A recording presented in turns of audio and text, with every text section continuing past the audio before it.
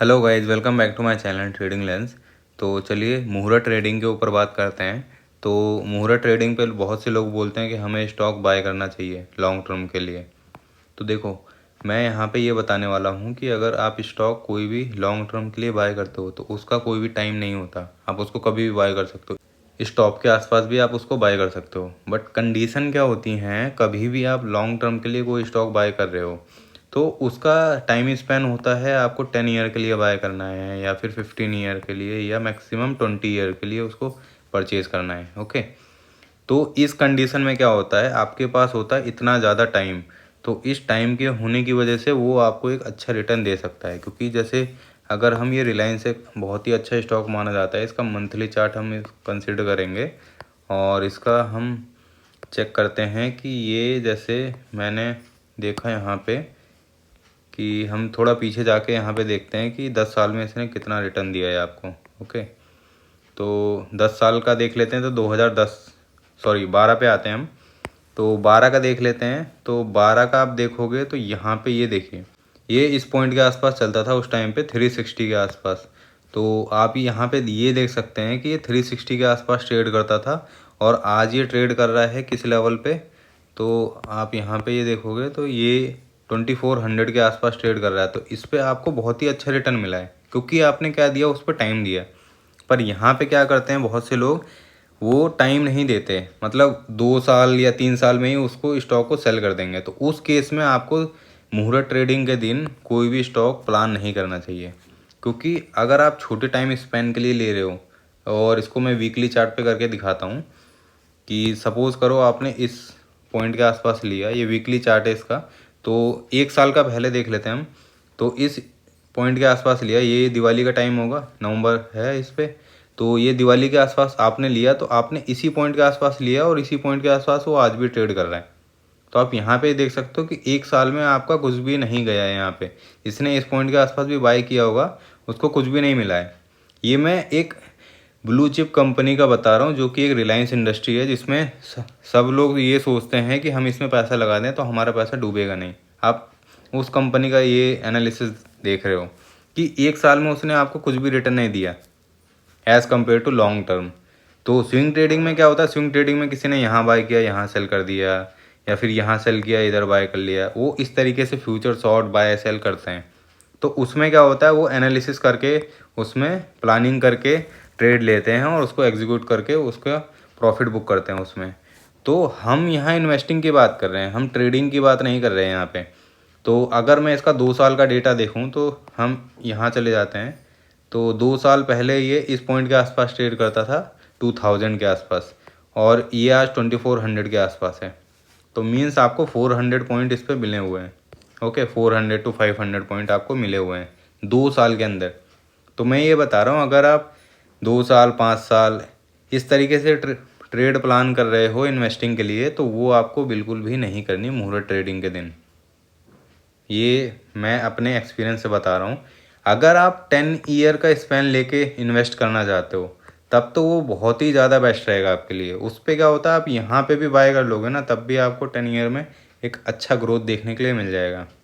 क्योंकि कहते हैं मुहूर्त ट्रेडिंग के दिन क्या होता है, कोई भी हम चीज़ लेते हैं तो उसमें लक्ष्मी बैठती है। मतलब एक तरीके से हम ये मानते हैं कि मुहूर्त ट्रेडिंग के दिन कोई भी स्टॉक अगर बाय करेंगे तो वो हमें अच्छा रिटर्न दे सकता है। तो आपको उसमें ये देखना पड़ेगा कि आपका टाइम स्पेन क्या है सबसे पहले।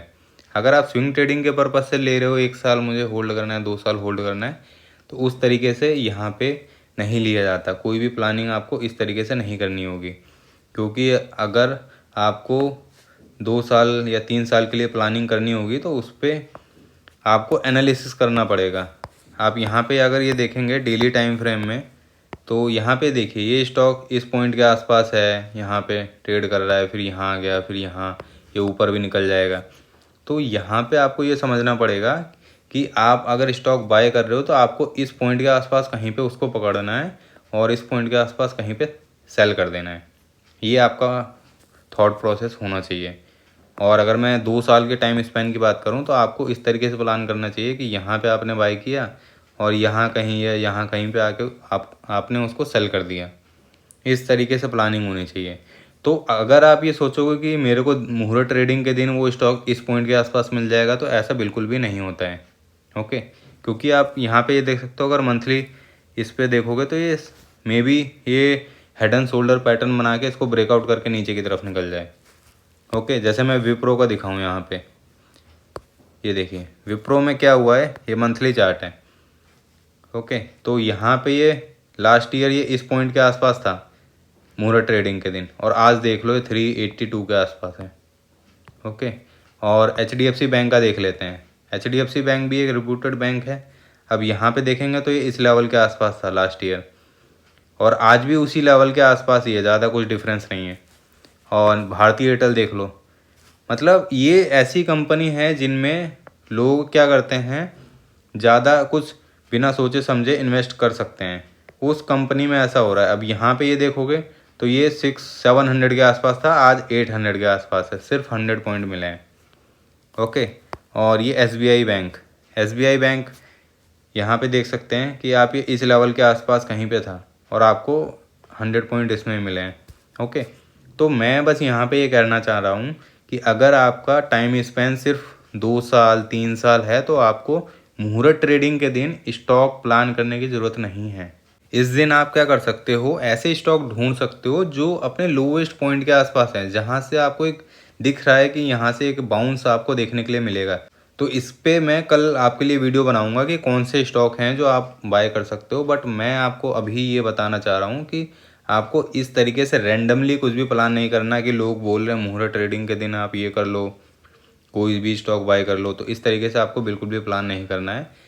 कभी भी आपको कोई भी डिसीजन लेना है तो अपने एक्सपीरियंस और नॉलेज के बेसिस पे लो, ना कि लोग जो बोलते रहे हैं कि ये स्टॉक बाय कर लो, ये अच्छा दिख रहा है। ऐसा कुछ भी नहीं होता। आप अगर 10 ईयर या 15 ईयर या 20 ईयर के लिए ले रहे हो तो उस पर क्या होता है, टाइम स्पेन मिल जाता है आपको, इतना लंबा टाइम मिल गया तो उसमें होता है कि हाँ आपको ग्रोथ मिल जाएगी, क्योंकि अगर अच्छी कंपनी है तो वो डेफिनेटली ग्रोथ करने वाली है इतने सालों में। तो इसी तरीके से आपको प्लान करना है, रैंडमली कोई भी स्टॉक आपको पिक नहीं करने। और जो स्टॉक के पैटर्न मुझे अच्छे लगेंगे वो मैं आपको अभी बताऊंगा नेक्स्ट वीडियो में अपने, तो उसको आप ज़रूर देखिएगा। उसमें आपको पता चल जाएगा कि अगर आपको स्टॉक लेना भी है तो उस लिस्ट में से 5 स्टॉक दूंगा मैं, 5 या 4 स्टॉक। तो उस लिस्ट में से आप अपनी नॉलेज के अकॉर्डिंग चूज़ कर सकते हो कि कौन सा आपके लिए बेस्ट रहेगा। ओके, मैं अपनी नॉलेज के बेसिस पे दूंगा और पैटर्न दिखा दूंगा कि हाँ यहाँ पे ये बेस्ट पैटर्न हो सकता है, तो उसके बेसिस पे आप प्लान कर सकते हो। ये नहीं कि मैंने रिकमेंड किया तो आप उसको रैंडमली जाके बाय कर लो, उस पर अपना भी एनालिसिस लगाना है। ओके, तो अगर ये वीडियो आपको अच्छी लगी हो तो वीडियो को लाइक करें, और मेरे चैनल ट्रेडिंग लाइन्स को ऐसी और भी नॉलेजेबल वीडियो देखने के लिए सब्सक्राइब करें। Thanks for watching.